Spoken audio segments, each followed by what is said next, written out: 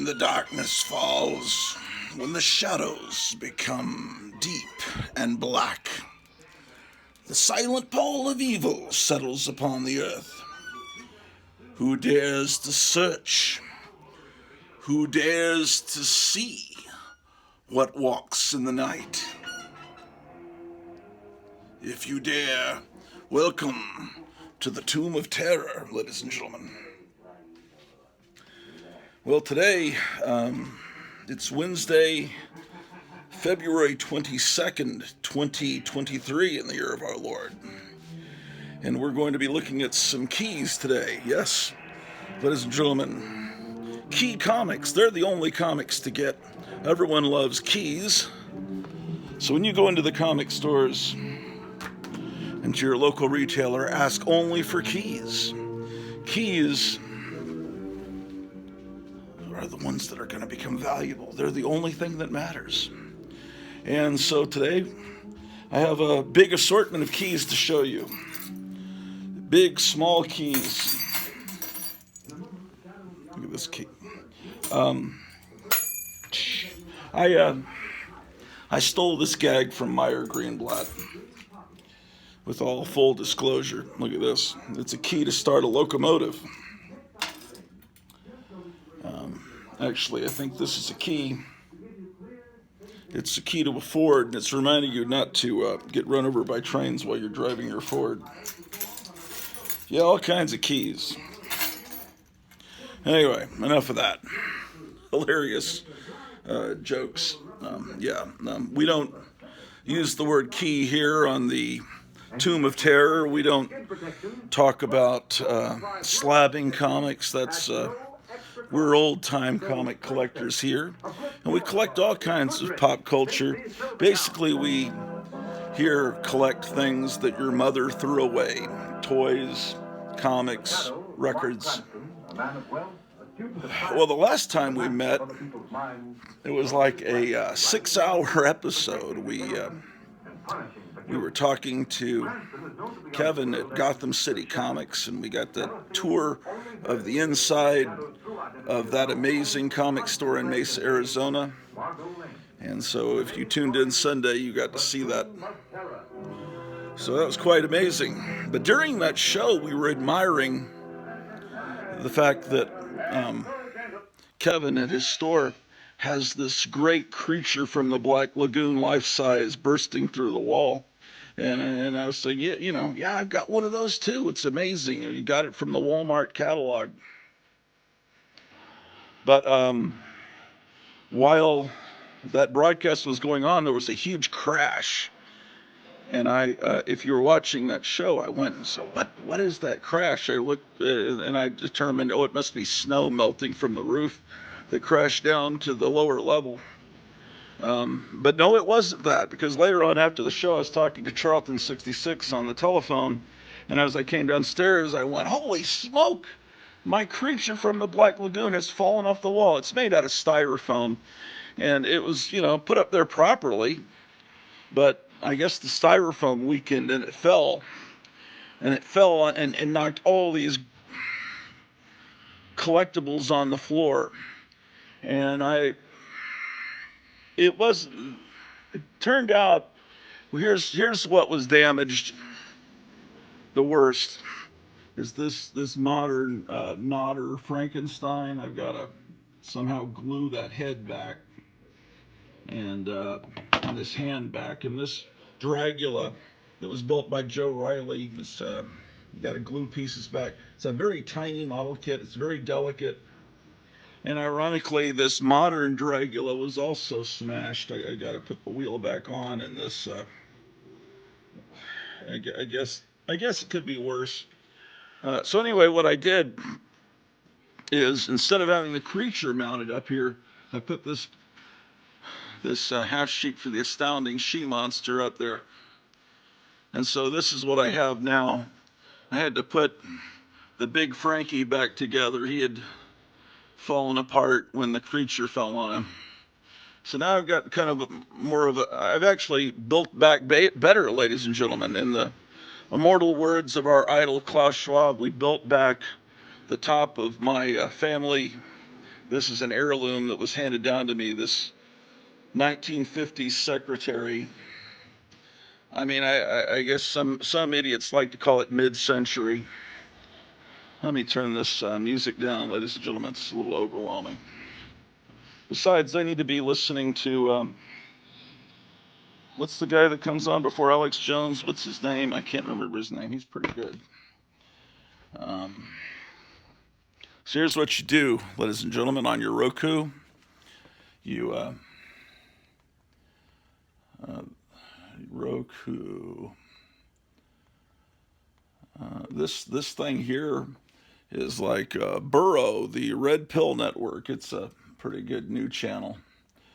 But Rumble is where you don't have as much censorship as you do here on YouTube. Where is Rumble? Oh, see, they've changed the color of Rumble, and then I don't spot it because now it's white. But anyway, you hit Rumble, and then I go to subscriptions, and then I go to InfoWars, and then this is their live feed. Same people, such as Victoria Nuland and many all right, so fantastic. Anyway, so back. I'm gonna get started there. Anyway, I'm here. It's Wednesday morning. I'm just hanging out. Okay, I'll show you. We've got the we got the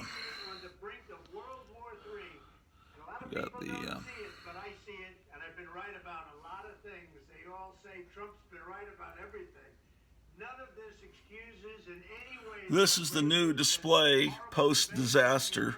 Elvira lost a hand. Whether I'm going to find it on this carpet, I've tried to find all the pieces. But anyway.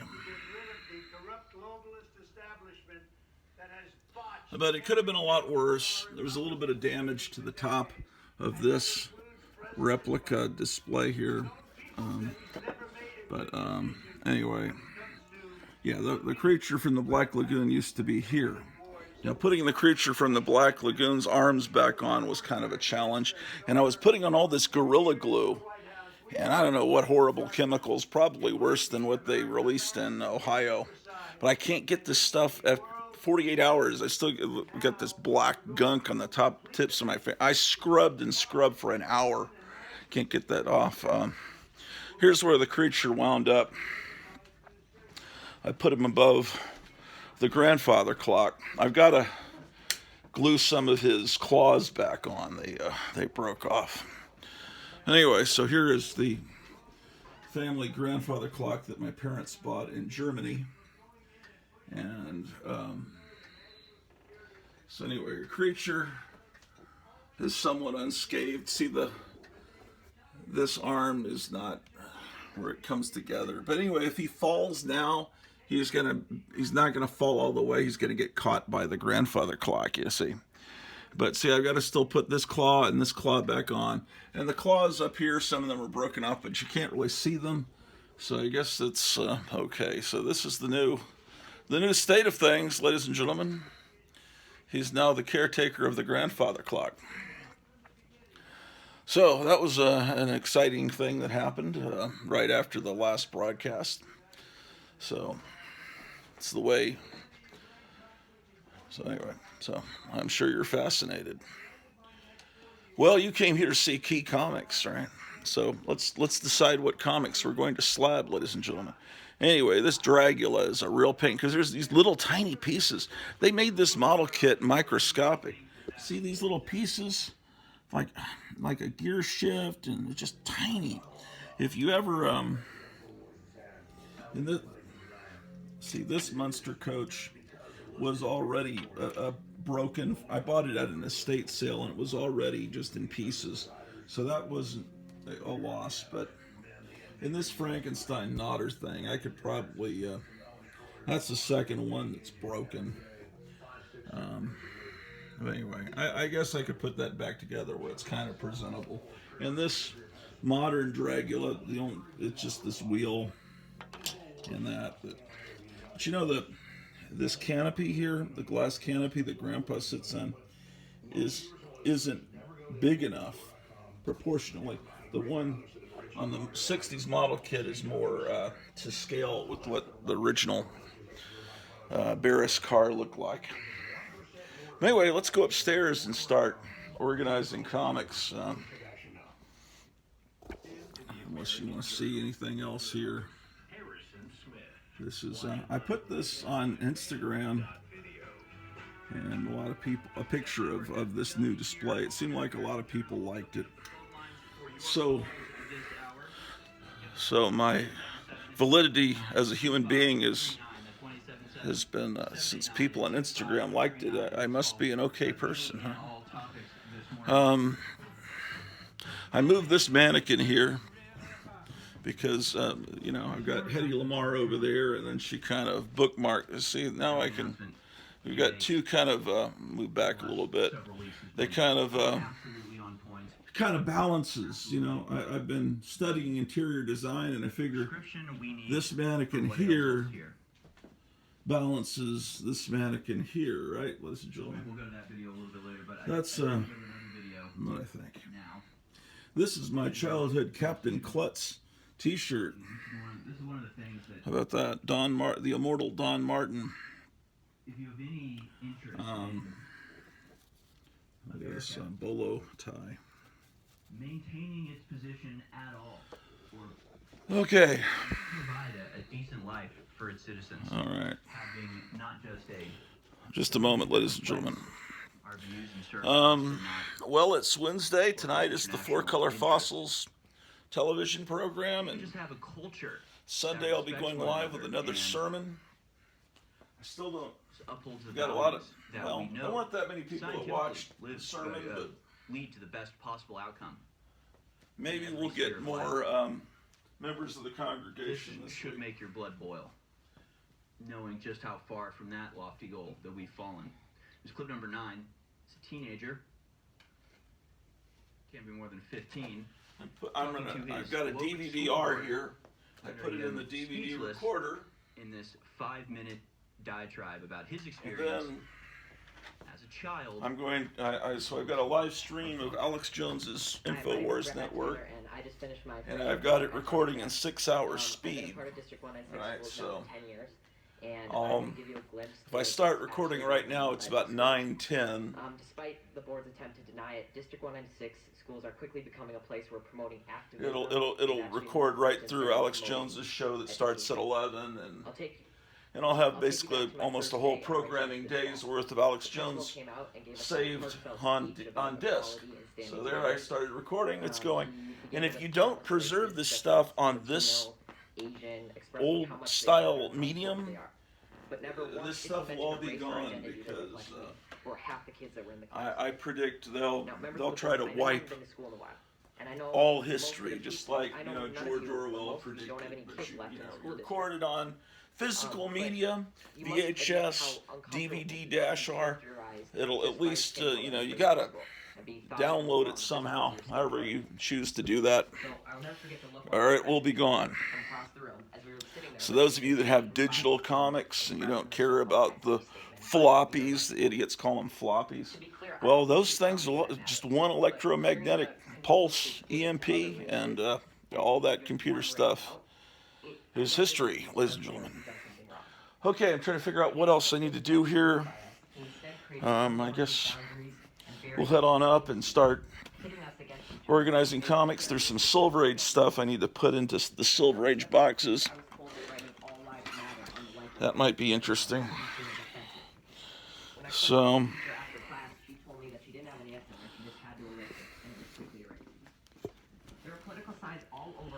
okay.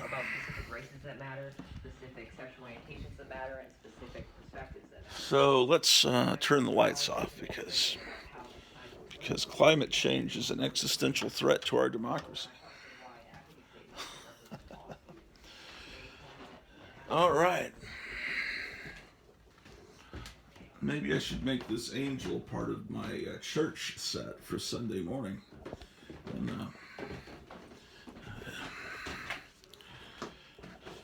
I don't know. How many of you watch Sunday? Got some feedback. The only problem is I couldn't read the Bible because the print was too small, so got to make sure I have my reading glasses on Sunday. Okay. Well, let's finish looking at this box and get it out of the way, then we'll look at some Silver Age stuff. Holy smoke. Yeah, the last time we met here was exciting. We had a emergency medical people burst into the house looking for, an ambulance showed up and several in a police car, but it turned out it was the wrong address, or it was the right address but the wrong town. So anyway, that was a little bit of excitement the last time we broadcast from this spot. And I guess when the camera rudely shut off, we were looking at Marvel Superheroes, which is a reprint title. Well, it wasn't always a reprint title. There was a time when they printed new stories. But what you've got here in this book, look at this wonderful artwork. Reprints of Hulk stories and Submariner stories from the 1960s. This is... wow. This is from Tales to Astonish. I think that's a 76. Wow. I need brighter light, is what I need. That's the problem.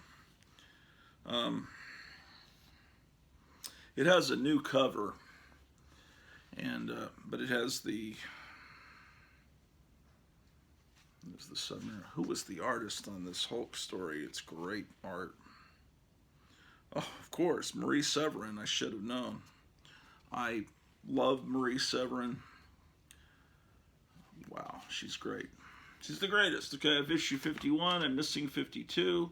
Although I probably have the actual original Tales to Astonish. If you want, we could look at Tales to Astonish here in a bit. Yeah, during this time period, Marie Severin was the main artist on Tales to Astonish.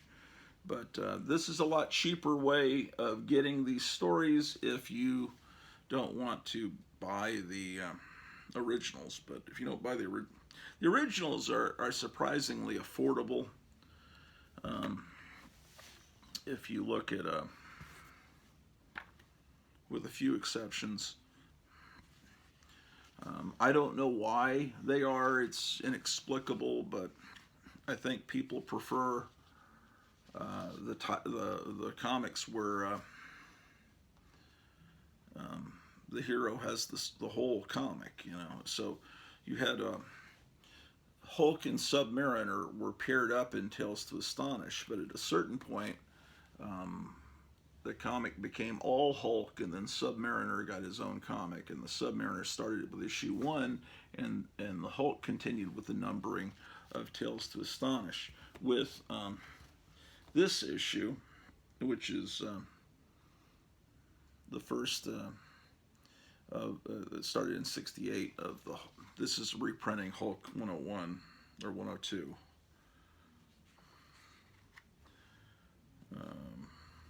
It's great Marie Severin art. So, I can't tell you how great Marie Severin is. Oh well. 67. So these are now reprinting the early Hulk titles from the late 60s. Here's and we can look at those in a minute. This is reprinted from Hulk 114, which is kind of perfect because this gave them an extra Hulk title once the Hulk TV series came on the air, which is right about this time. I think a little bit later than this. Here's Herb Trimpe took over from Marie Severin, but they kind of went back and forth. He's a great artist too. I always thought it was pronounced Herb Trimpe, that you didn't pronounce the E. It's weird that you pronounce the E. but as a kid, I had no way of knowing how to pronounce these names. I pronounced them the best I could. But now I've met someone that's had things signed by Herb Trimpe, and he said, yeah, his name's pronounced Herb Trimpe, so I guess I can trust that guy. He's actually a homeless guy that was a big comic book fan. He did a replica of a Hulk cover that was originally done by Herb Trimpe. He painted it, painted a replica. I've got it hanging down in the basement, and I bought several books from the guy. He just had them all in his car. He lived in his car, which is a step up from a tent, I guess. Like, you know, we've got all these people in this country, and that guy was a war veteran, or at least a veteran. I don't know if he was in a war, but all these got people in tents in California and all these cities, and then we've got a whole state poisoned by a train crash, and then these plants keep blowing up and these trains keep crashing. It almost looks like we're under attack, and all these people suffering in this country, but the president is over in Ukraine giving billions of dollars to them. But oh well, just fantastic stuff. So anyway, Marvel superheroes, let's see. These are, I'll probably go a little quicker here. These are they affordable? I don't know. Maybe the value of these has gone up too. I don't know. Okay, it looks like the TV show has started. Yeah, when did that first? Yeah. Yeah, with at least starting in '76, it says Marvel's TV sensation, and then so I think back then there were fewer choices for kids as far as entertainment. Video games were still in their infancy, so you had television, you had movies, you had comic books. I guess you had real books too. So if something was on television, and then you go to the 7-Eleven to buy some candy, a candy bar or a drink, you see this on the spinner rack, and you say, oh, I saw him on television. Except on television, he didn't throw police cars and stuff. They had to power him down a little bit because they couldn't do this kind of special effects on television, nor could they have him team up with other Marvel heroes. Later, after the series was canceled, they brought it back for several TV movies, and they tried to have him team up with Thor and one with Daredevil, or was that the same movie? It might have been the same one. But they did Thor and Daredevil very badly. Very badly.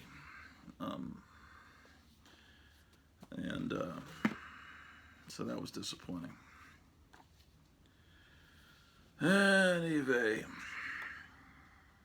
now we've got John Severin and Herb Trimpe working together. Wow, what a pair doing this artwork. The artwork in the Hulk comic was great during this time period.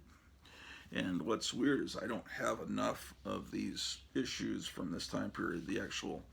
I need to rectify that. I guess, if I ever have money.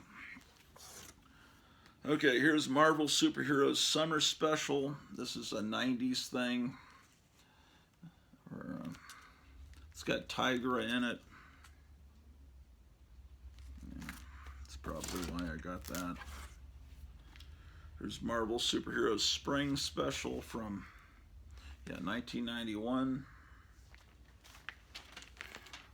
Oh, I have 2 copies of this issue, so if that's a key issue, then fantastic. Here's Marvel Superheroes Winter Special. You've got the X-Men, the Submariner, and Iron Man in it. These used to be things you could find in the dollar bin. I don't know if you can anymore. Here's Marvel Superheroes Fall Special with these characters appearing in it.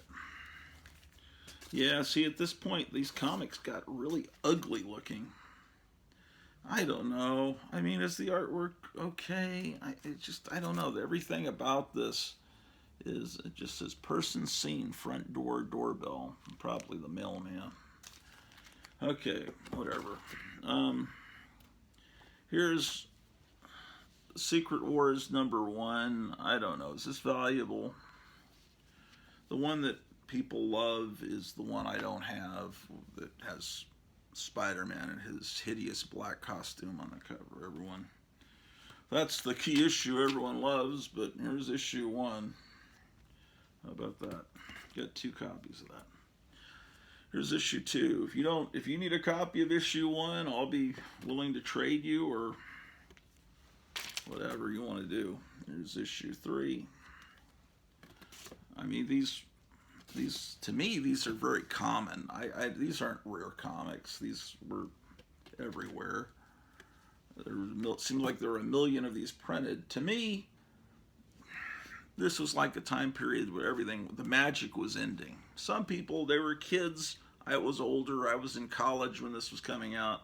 Some people are younger than me, and this is magical to them. I looked at it with my jaded, cynical eye and realized, oh, this is a toy line.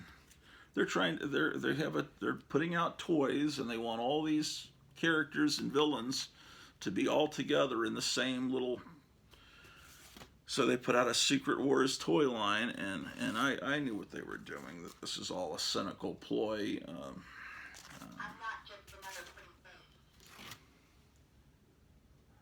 I'm not just another pretty face. What is, I forget what that wrestler's name is. I'll look in a minute. 9. I think that's that blonde one. It also has that on that wrestling clock that talks in the kitchen. There's a, what was it, China? She passed away. She had a rough life. She got into dirty movies there towards the end and played the She-Hulk. They painted her green in a dirty movie. So, and then I guess she probably got into who knows what, drugs or something. And then I don't know that for sure. But anyway, she passed away way too young. There's 11. If 11 matters, I've got 2 copies of it. 12. I mean, I've got the whole series except the stupid one where Spider-Man starts wearing that bootleg costume. All right, now what is this garbage? This is, something's wrong here.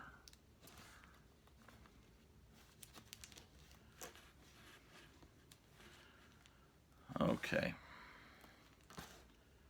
Marvel Superheroes. And then I go to Marvel Team Up, but for some reason it's starting with 31. That's not right. I've got earlier issues than that.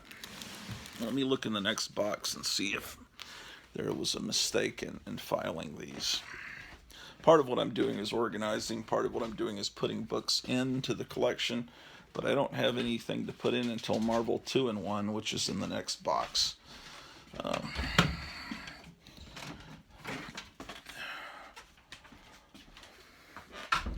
Okay, let's see what is going on here. This box is backwards.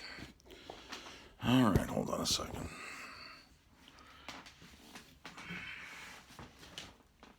Oh, I hate long boxes, ladies and gentlemen. I hate them. Hate them. Oh, okay. I see what happened. This is the box where Marvel Team Up starts, so we gotta fix this.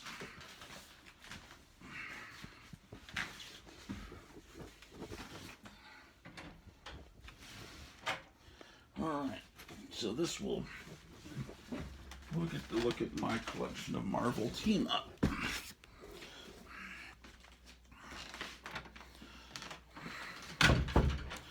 The first issue of Marvel Team Up that I ever bought was also the first Spider-Man comic I ever bought, and it was one from about 72, I think, with Spider-Man fighting Werewolf by Night. I bought it because Werewolf by Night was in it, because I love monsters. It wasn't until maybe a year or so later, when we moved to San Antonio that I understood how great the superhero stuff was too. And then that changed. Okay. All right, so at the end of this box here, I've got Marvel Team Up 31, which is a 25-cent comic. The first thing you do is you flip in a 25-cent Marvel comic and make sure the value stamp is in it, because sometimes kids will cut them out. Not every 25-cent comic has the value stamp, but a lot of them do. Okay, so let's move these over, actually. Okay, so my first Marvel team up I have in my collection is number 5, Spider-Man and the Vision. So that should go in this box. Followed by number 7.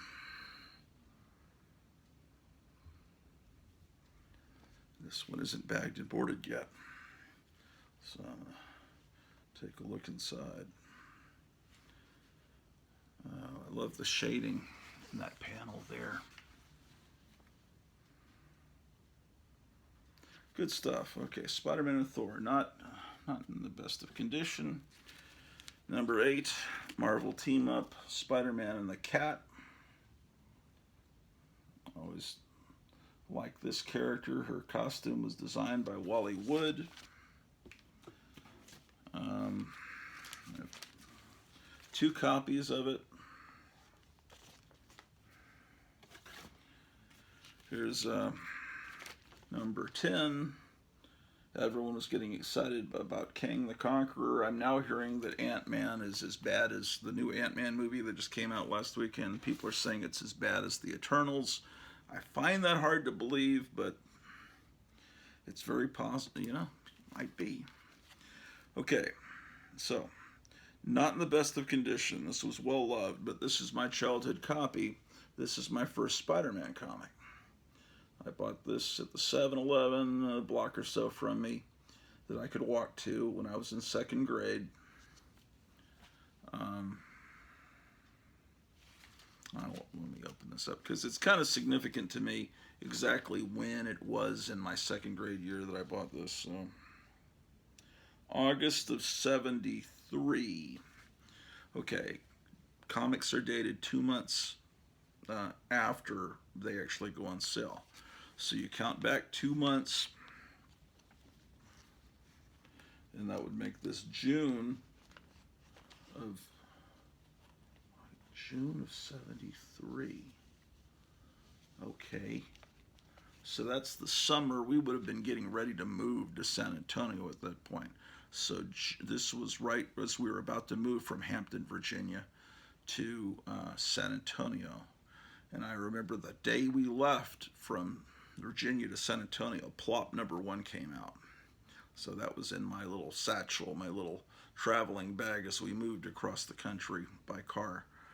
I love Plop. Okay, so this was this was after my 2nd grade year, as I was about to go into 3rd grade. 3rd grade, I was totally into monsters.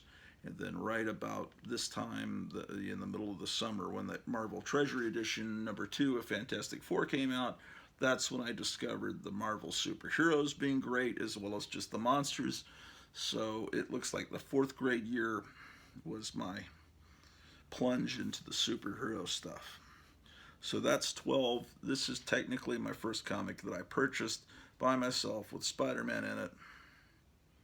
Yeah, that's the first Spider-Man. Okay, 12.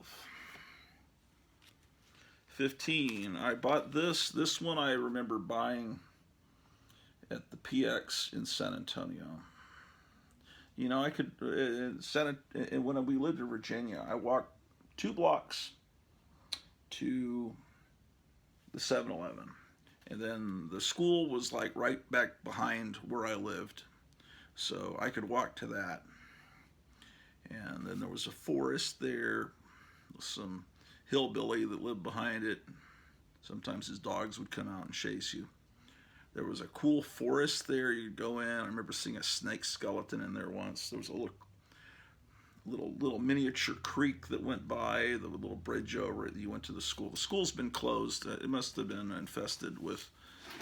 It must have gotten really bad, where they just closed it because the grades were so bad that they just closed the school. I don't know. It was nice when we went there. I went there. But what I didn't know until I looked it up a few years ago, and I saw the satellite view of where I lived,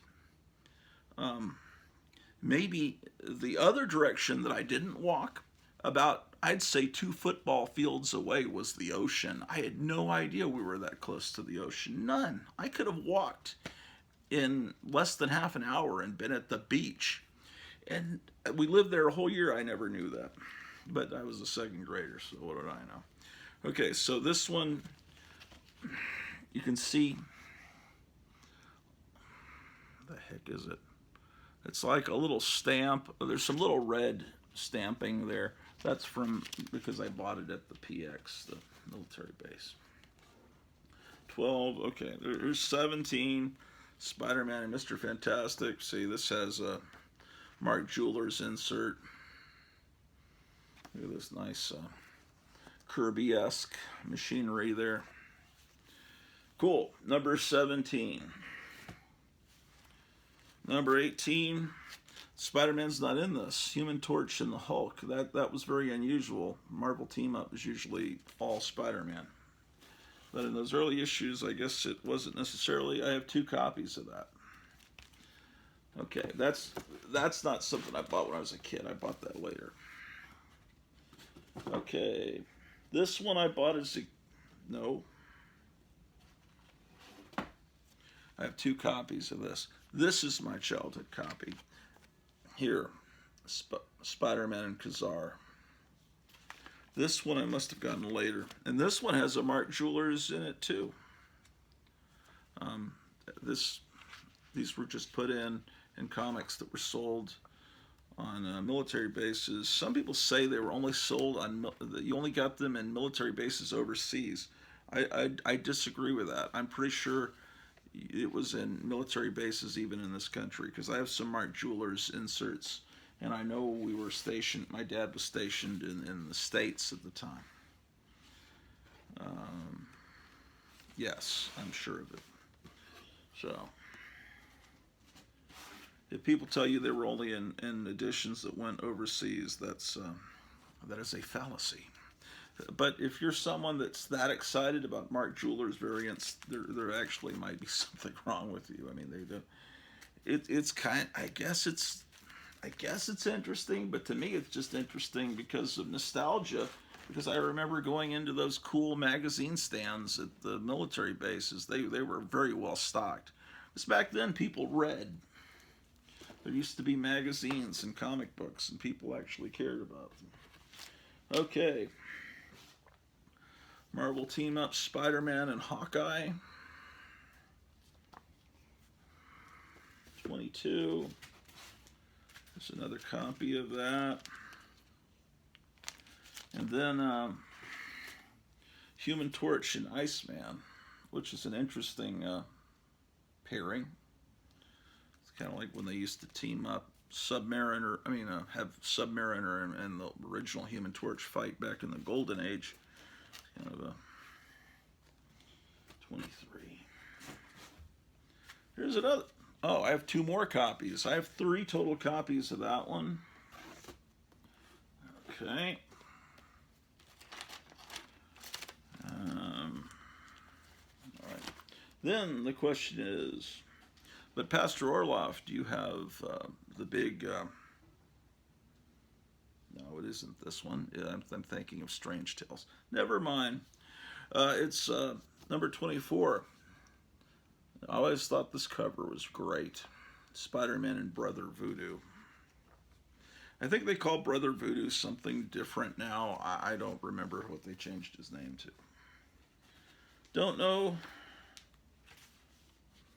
Oh, and over the years, whenever I found it, I would buy it. So I have 3 copies of Spider-Man and Brother Voodoo, issue number 24.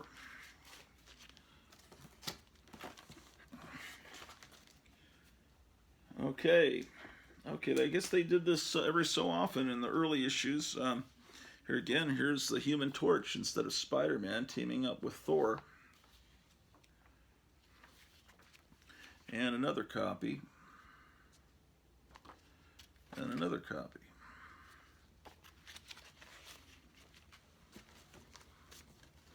I think the last time we were up in this room, I was talking about the Beatles Butcher cover, and then the camera cut off because I ran out of memory on my phone. My whole point to that story was just that it's just unbelievable, the lack of judgment that, you know, they almost released that cover to the public, and what damage that would have done to their careers, the Beatles, if they'd released a cover where they're covered in raw meat and baby doll parts and heads while they're smiling. I mean, we would look at the Beatles in a whole different way today if that album had actually been released that way. And, you know, they said, well, supposedly they're just complaining about how Capitol in the United States butchered their record releases and put them out in a butchered way. Yeah, you can say that, but I don't know. Okay, now we've got them in a proper order. Now we can start with the books that were in this. Here's 31. Okay, and then from this box, we've got... Oh, I've got 3 copies of number 32. It's always like, this is really great. This is creative. Human Torch versus the Son of Satan. 2 heroes that use flame, you know. So they're doing this kind of creative stuff with the Human Torch in this comic. But this, I don't know if this is the last one where they have Human Torch. I think after a while, like I said, it's always Spider-Man in this. I was kind of shocked that they used Human Torch this much. Not that there's anything wrong with that. Here's 33.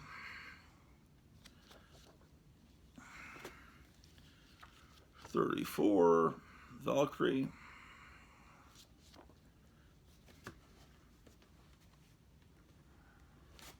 What is going on?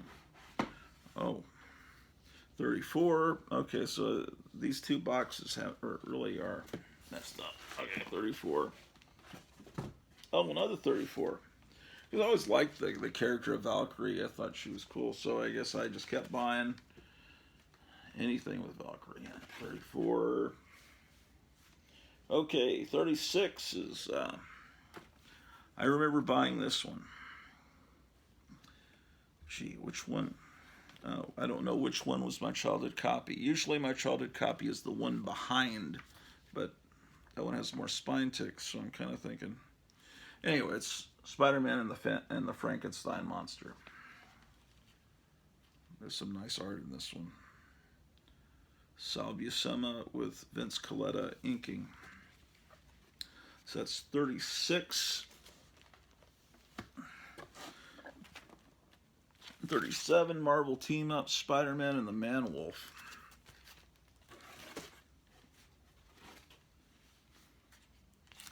There's another 37.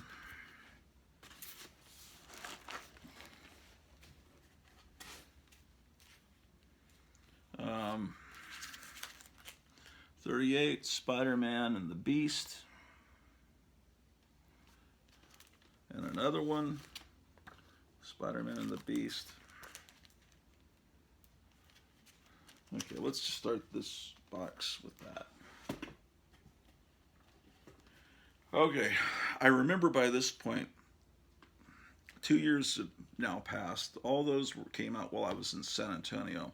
I remember this one, Spider-Man and the Sons of the Tiger. I remember buying this in Tacoma, Washington at Fort Lewis, up near Seattle. Yeah, I remember buying it. They got a lot of characters in this issue. I never read, I don't know, Sons of Tiger, if they came out of Master of Kung Fu. I never really read the Kung Fu titles at the time. The Kung Fu books I've gotten, I bought later, but during the actual 70s, they didn't really interest me that much. There's 41. Okay, then there's a 42 here and a 42 over here. Let's get them married together. 42. This. See, this is just a little partial value stamp. Okay. Okay, and then I have 2 copies of it over here. One of which is actually bagged and boarded. I'm going to get all this fixed, don't worry. Then 43, Spider-Man and Doctor Doom. Usually it's a team up with a hero. It's unusual to have him teamed up with a villain.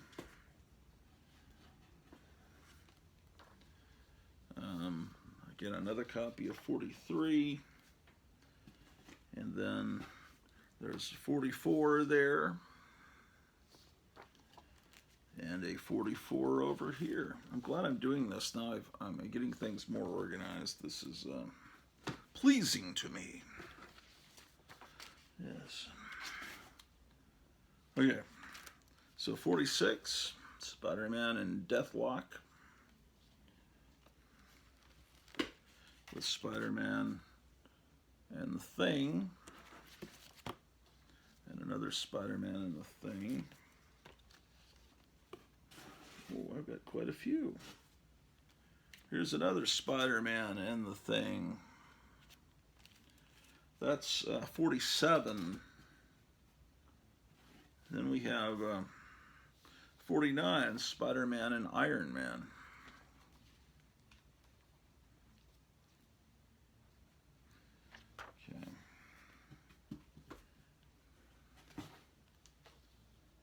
Okay, so now we're up to 55, Spider-Man and Warlock.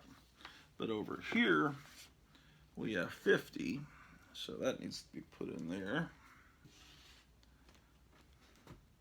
Another copy of 50. Look at Dr. Strange doing the Hook 'em Horns, U.T. Austin.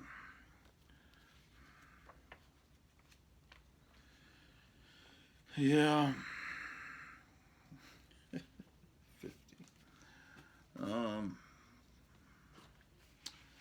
52.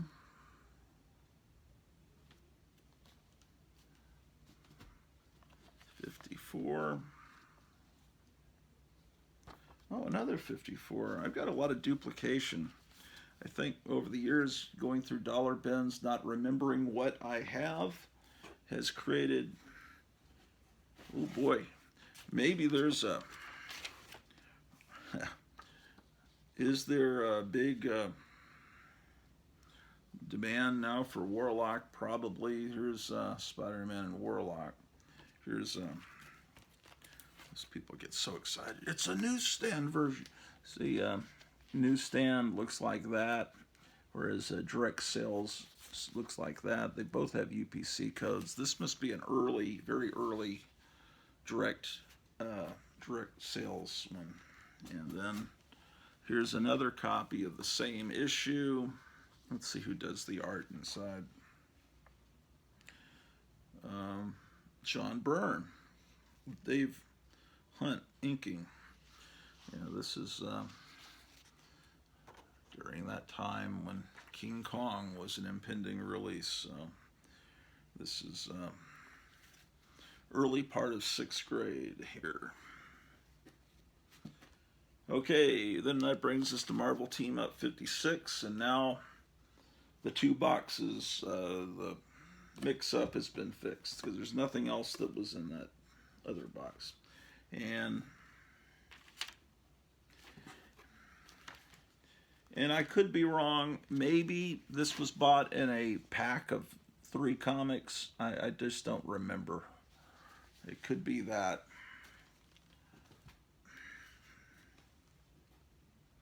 Um, 57 is Spider-Man and the Black Widow. Sal Buscema and Dave Hunt art. Anyway.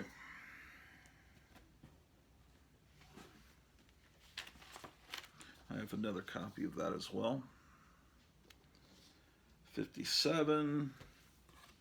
Then we're at 59, Spider-Man and the Yellow Jacket and the Wasp.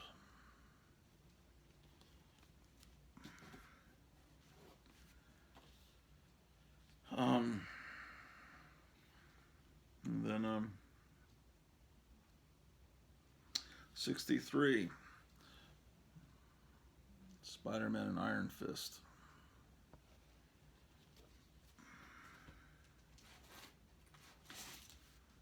60, another copy of 63. This next one, I think, is the first time Captain Britain appeared in an American comic, and I think it has value because of that. I'm not sure why anyone cares, because as far as I know, Captain Britain doesn't mean much. Does it matter to you? Have you ever read a Captain Britain comic? Do you care about Captain Britain? But if you just have to have all the key issues, then I guess you got to get this one. I've got 3 copies of it. So I sure hope it's a key issue that morons, wonderful people want to. It's got some great art in it, though. Maybe that's why it should be valuable. Man, is that? That almost looked like Mike Ploog there.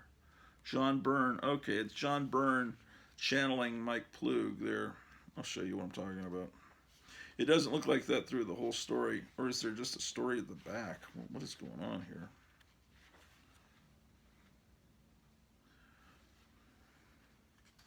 It seems like it's man.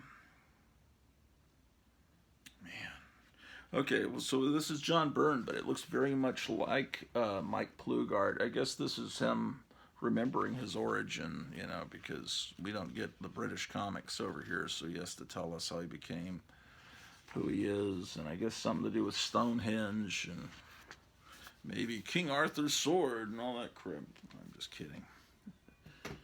I'm being very xenophobic, aren't I? 66. Spider-Man and Captain Britain. Do you know who Brittany Venti is?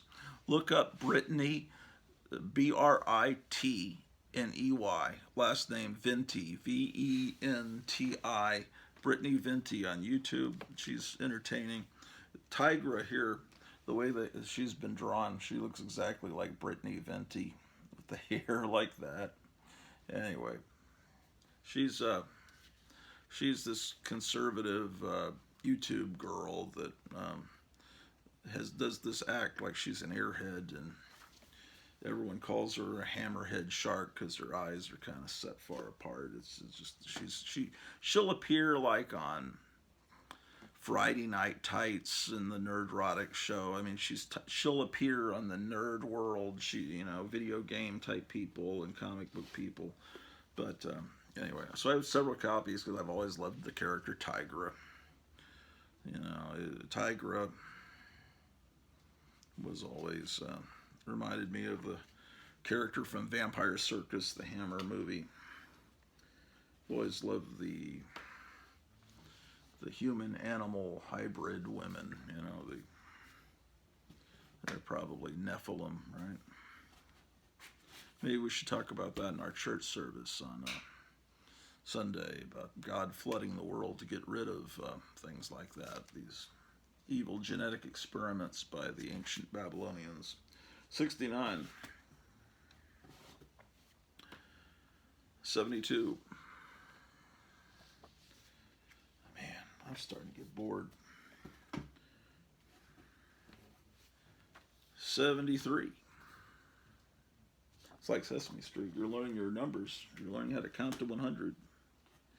Here's 74. This is Spider-Man teaming up with the Not Ready for Primetime Players from Saturday Night Live at a time when Saturday Night Live was actually funny, which seems hard to believe, ladies and gentlemen. But at a time, yeah, this has got to be Marie Severin's art. Where they put the damn opening? Marie Severin inking. What the hell does that say? Bob Hall. Penciler. Okay. Bob Hall Penciler, but Marie Severin's inks are what make this, you can just see, just looks like not Brand Ech. Yeah, well, I don't know. Does it have value? It depends on who you're. Do you even care? If you're watching this channel, you're probably not someone that cares about value. Because I don't give 75. You know, unless I've got 3 or 4 copies of it and it's worth a ton of money, then I guess I care. 75. I mean, I guess it's interesting to know something's valuable, but here's another 75. Spider-Man and Power Man. Okay, 76.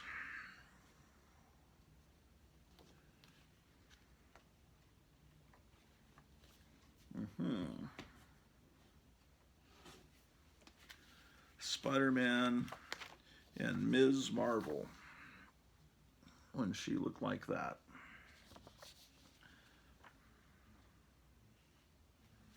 Yeah, it's pretty good art in these books. These are good books. 77. 78, Spider-Man and Wonder Man. Must be getting cold outside. I feel the heater kicking on. Okay, it looks like I've got a lot of copies of this. Spider-Man and Wonder Man. Oh, Wonder Man is going to be a TV series or something, or a movie, or actually Marvel's canceled a lot of their planned or delayed them. I think they'd already filmed this Agatha Harkness series that no one wants to see, and some Echo, and I don't even know what that character is. I guess she started in Daredevil at a time that I didn't read Daredevil, but these, you know, they're making these TV series no one cares about. They think that they can do anything they want and it'll be a hit. Because Guardians of the Galaxy was a comic no one had ever heard of, normal people had never heard of, and it became a hit. They think, well, we can do that with anything. No, you can't. No one's going to watch a Agatha Harkness series, so they've delayed it. So they realize they're destroying the whole Marvel Comics name by releasing one turd after the other. And even normal idiot people are starting to realize that this stuff's crap, and they're stopping.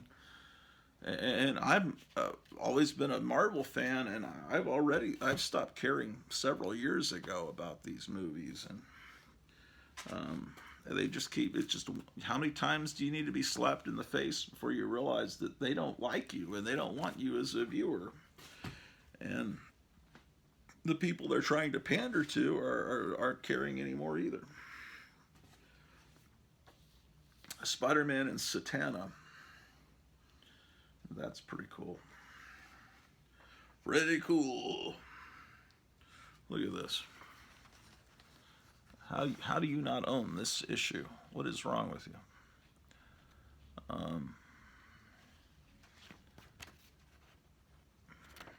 So that's incredible. And another, see, something with Satana. Every time I find it, I'm gonna buy it, and then there's another one that's bagged and boarded. And then at some point, I guess I realized I already own it, because I think if I saw that book today, I would realize, oh, I don't need to get that. See, I have 4 copies. Amazing. Okay, shit. 82. Pardon my language, ladies and gentlemen. Here's 82, Spider-Man and the Black Widow. Man, I notice on every time he teams up with Black Widow, she's like on the ground, injured. Well, I heard this voice. It's my wife laughing. She must be talking to one of her friends on the phone up there. Like, where's that voice coming from? When did she appear last? What was that? Even in this box? Oh, it doesn't matter. You remember? I showed it to you. She was all. Costume was all torn up, and it's like, why is the Black Widow, why can't she be actually conscious on the cover of Marvel Team Up?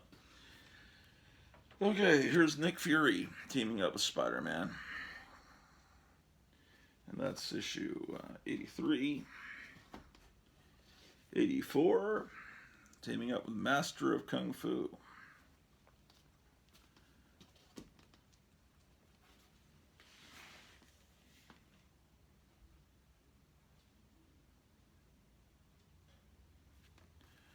So there's another one with Shang-Chi. It's Chi. What do they say? It's Shang-Chi in the stupid movie. Well, no, it's Shang because Shanghai, and that's how we've always pronounced it since this character came out. So you guys at Disney can stop it. We're going to keep pronouncing it the way we want to. Spider-Man and Guardians of the Galaxy 86. That was another terrible movie. That could have been great, you know. And it wouldn't have been hard to make it great. You don't need a million special effects. You just need to go out there, the kung fu schools, find someone that's charming, that has skills, and make a new Bruce Lee, and make a new superstar, and you could have had a hit series with that. But instead you get some guy that doesn't even know how to do martial arts to play him, and he looks like a dope. The original comic was based on Bruce Lee. The character was drawn like Bruce Lee. Get a guy who looks like Bruce Lee. Why is that tough? Black Panther. I have several copies of that. Oh, nice artwork on this cover. Must be Ernie Chan. I don't know. Maybe it isn't. Okay, anyway, Spider-Man and the Invisible Girl. I don't think it's him, but it's kind of atmosphere that Ernie Chan would put on a comic cover. 2 copies of that. Marvel Team Up. 89. Nightcrawler. I'm starting to think I should just fast forward through these. Beast. Ghost Rider. Hawkeye. I'll just show you the really cool ones. Werewolf by Night. 93. I have a couple of copies of that. Okay, then The Shroud, Master of Darkness. For about 5 seconds, people cared about Mockingbird because she was mentioned or shown in a Hawkeye TV series that I never watched. Here he is with Howard the Duck when Howard the Duck was drawn in a really cheesy way. Hulk and Spider-Woman. I've got a bunch of copies of that. Okay, so I guess even at the later days they experimented with not having Spider-Man in. Spider-Man and Black Widow, again, she's all messed up on the cover. She's always someone that's needing to be rescued on the cover. Let's see, Spider-Man and Machine Man. Interesting. Okay. Spider-Man and the Fantastic Four. We're up to issue 100. It went past 100, but Ant-Man, Kazar, okay, Dazzler, Devil Slayer. This character started as a character at Atlas Seaboard and became a Marvel character. Spider-Man and Captain America. I'm not showing all of them because I want to get through this. Paladin, what? What is going on there? Dazzler is 109. These aren't in order. 111. Oh man, these aren't in order at all. How annoying. Okay, 109, 106, 104, 106, 111, 104, 106, 108. It's a Paladin, but it's not Have Gun Will Travel Paladin. 109, 111. They should have just paid for licenses just to do it for one time and have Spider-Man team up with a Lone Ranger and just like Green Hornet, just like one issue. We want to just have Spider-Man team up with, whatever. That would have been interesting, but they didn't do that. Here he is teaming up with King Cole. That's kind of one of those weird, obviously time travel. That's kind of things they do in Brave and the Bold. with Batman, and they would have him team up with characters from different time periods. 112. Okay, hopefully the numbering will be proper from here on. 114 Falcon, Thor, 115, 116 Valkyrie. I don't know. There could be some value in this with Wolverine. Maybe not. I've got one. Seems like there was. I've got 3 copies of that. And Professor X, Gargoyle, Man-Thing. Another cover where Man-Thing's being punched through. Daredevil, Tigra. Oh, this is nice. I like how Tigra almost looks like she was drawn by Steve Ditko. It isn't, of course, but I like Tigra. Okay, that's 125, 125, 3 of those. And then they have a divided issue with Spider-Man and the Hulk and Power Man and Son of Satan. I have a couple copies of that. The Watcher, the Vision, the Scarlet Witch, Frogman. I don't know. I think there's people that want this issue. Something about just because it's, I don't know. I think it's the White Rabbit is the first appearance maybe of whatever that character is. People care about it. Okay, Fantastic Four, Jack of Hearts, Wonder Man, Nick Fury,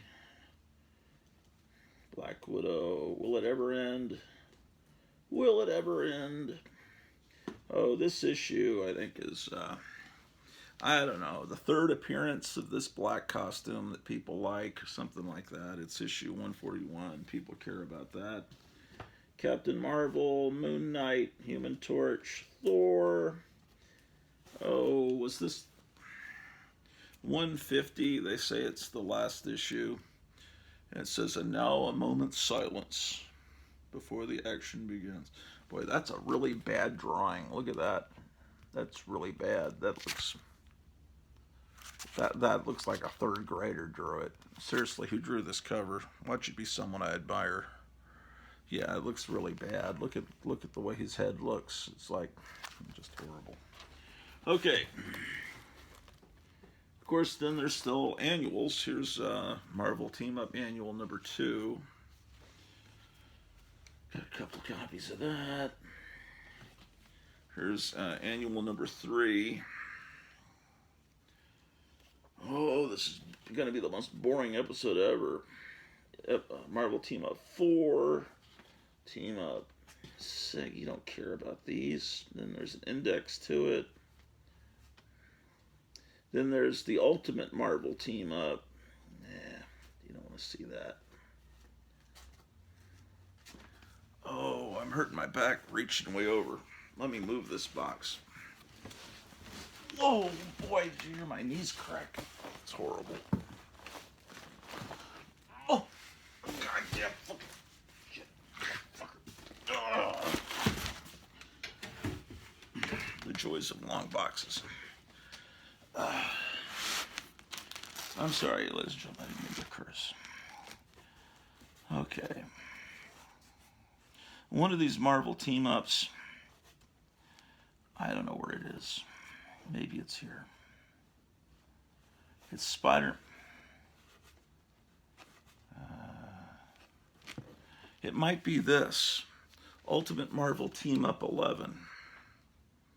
It's this one. It's drawn terribly. It looks like anime manga style. When I read this, not knowing how terrible Marvel was going to become, I thought it was creative in that Peter Parker goes to a mall and he's at a food court, and the X-Men, not dressed as the X-Men, are at the food court, and they happen to sit next to each other. And like Wolverine, Wolverine knows that's Spider-Man because he can smell that it's Spider-Man, and he knows he's, that it just, and I just thought it was fun.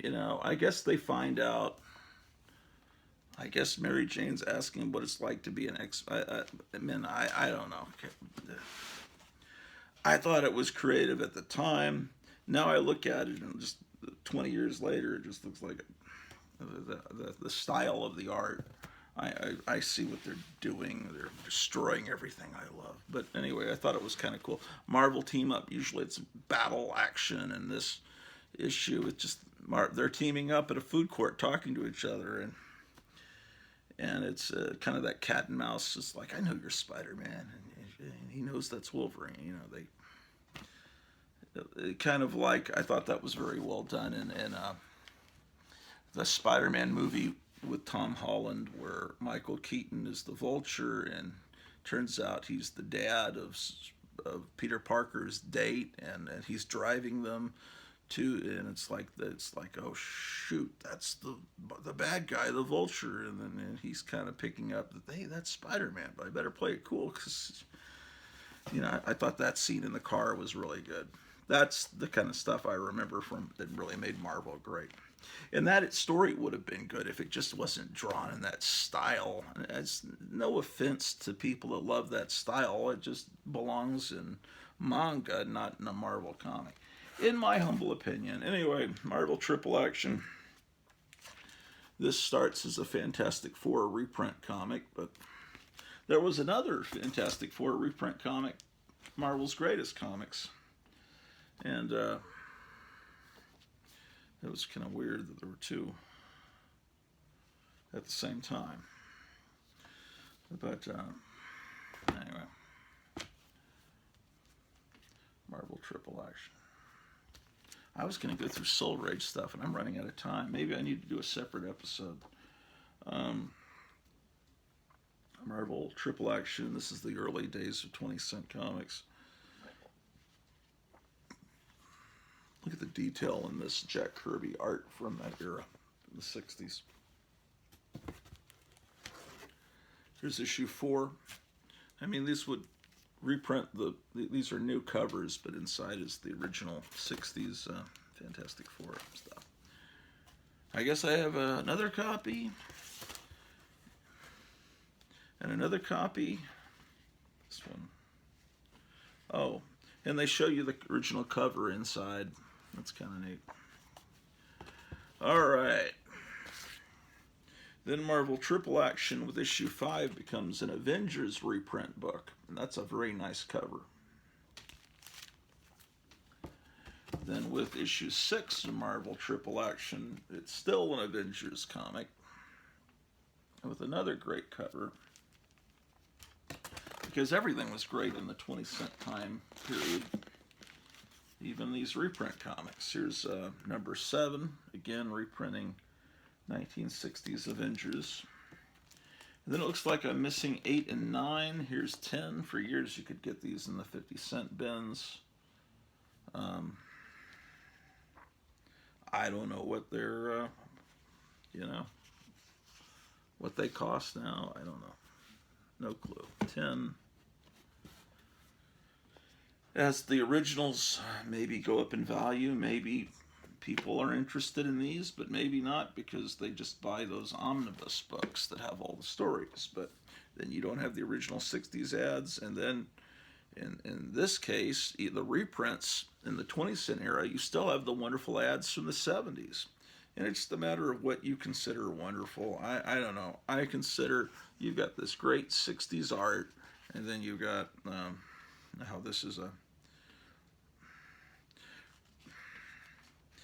one of those inserts. This isn't Mark Jewelers. This is another company called National Diamond Sales. But the thing that to me makes this a little bit more notorious to me is, first of all, they're saying you can become a police officer or a detective when you get out of the military. You can get this jewelry for your sweetheart, and then you can get this lingerie for your sweetheart, and it's in the middle of a comic book, which was sold to kids. Well, obviously there were enlisted men reading this too, and maybe officers, but it's just weird to see that kind of stuff being advertised. And normally you see this kind of stuff advertised, you know, in a comic book. The X-ray specs and the giant balloon. You don't usually see lingerie advertised. And then 13, still more Avengers reprints. Wow. Fun stuff. There's 14. Some of them will have the original art from the 60s, but it will be recolored in a much brighter way than it was originally. That was issue 15. I picked up a lot of these, I think, for just $1 or less, just a few years ago. I'm pretty sure they just threw them in the cheap bin at Duncanville Books. Now Kang was like sought after by collectors, but now that he's in this, apparently he's the new big bad villain that's going to go through several movies now in the Marvel Cinematic Universe. But I don't know if anyone really cares about him. They say the guy that plays him does a good job in Ant-Man. That's the only good thing about the movie. But when a character's a villain in a really bad movie, I don't know that people care. It's nothing against Kang. I'm just talking about the movie version. I remember buying this one as a kid. I remember buying it, and it was sun faded. I remember it was sun faded when I bought it, and I didn't like that, but it was the only copy. And because this stuff got sun faded, and because they would put the comic spinner rack right in the window of the 7-Eleven, and if you live in a cloudy state where it's snowing all the time, well, they're probably perfectly fine. But if you live in this case, San Antonio, where the sun's beating in through the window of the 7-Eleven, sometimes the comics got sun faded, or they'll be sun faded from here up, and that's just the way it is, just from being there a few weeks or a month or so. This is, but I remember buying this in like 4th grade. I seem to remember buying this and then going to Sunday school. I only went to Sunday school a couple of times. I didn't like Sunday school. I didn't think I was learning anything there. It was miserable. And then I heard the Sunday school teacher telling some kid, "You keep doing that, I'll throw you down the stairs," because we were kind of like I mentioned that to my mom, and I never went back to Sunday school. It's like, holy smoke, those people, the Sunday school teachers they mean business. I just was bored by it. I want to learn about the Bible, and I want to learn about history, but I don't want to like color pictures or something, or just, I want to get into the real meat and potatoes of it. I shouldn't be talking about food, man. It's getting me hungry. Okay, Marvel Triple Action 23. Then I'm missing 24, 25, 26, 27. I remember buying this one as a kid too. I remember the ones that I bought back then, and then these from here on I do remember buying at Lone Star Comics. So this is probably one after the summer of 77. Yeah, look at what the Black Widow looked like at that time period. 36, 38. I have all these original Avengers comics. I collected some over the years, but then right before the pandemic, this good friend of mine back in Dallas gave me his entire Avengers collection from issue 16 through the mid-1970s, and so I have all the originals now. But and then Marvel Triple Action issue 45. They try reprinting the X-Men. By then, X-Men had actually become a big seller with the new X-Men. A lot of people don't know there was a giant size Marvel Triple Action. That's kind of neat. It reprints not just an Avengers story, but a Doctor Strange and a Daredevil story. So that's a fun little slice of the mid-1970s. Put on a Carpenter's record and sit back in your easy chair and read this book, and you will go back in time, ladies and gentlemen. Okay. It's Marvel 2-in-1, number 1. I remember buying this at the Stop and Go in San Antonio. I love the Fantastic Fours, the Things punching through the Man-Thing. Man-Thing at that point is still all brown. Later he'd turn more green. First issue, they have a boo-boo up there. It says Marvel 2-on-1. Now, which one of these is my childhood copy? Oh boy. Usually it's the one that's behind the other one. So I have two copies. I remember buying one, and where the other one came from, I don't know. Okay, I'm going to go with this one being my childhood copy. Okay.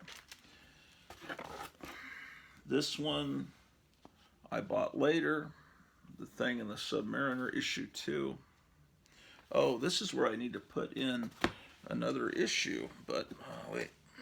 Oh boy. Oh, ow, ow, ow, ow. It's yeah, I need to put in, but it's not till issue 74. And then I need to put in an issue of Marvel Saga. That's going to be a ways. It looks like this episode's going to end any second because we're already at 1 hour and 21 minutes. That's usually about when it shuts off. Here's issue 3. So I'll see you in the next episode. Probably could be later this afternoon since I have nothing else to do. Here's issue 4. But anyway, hope you have a great Wednesday, and if you haven't already subscribed, look, I'm 12 people away from having 500 subscribers. I'm at 488.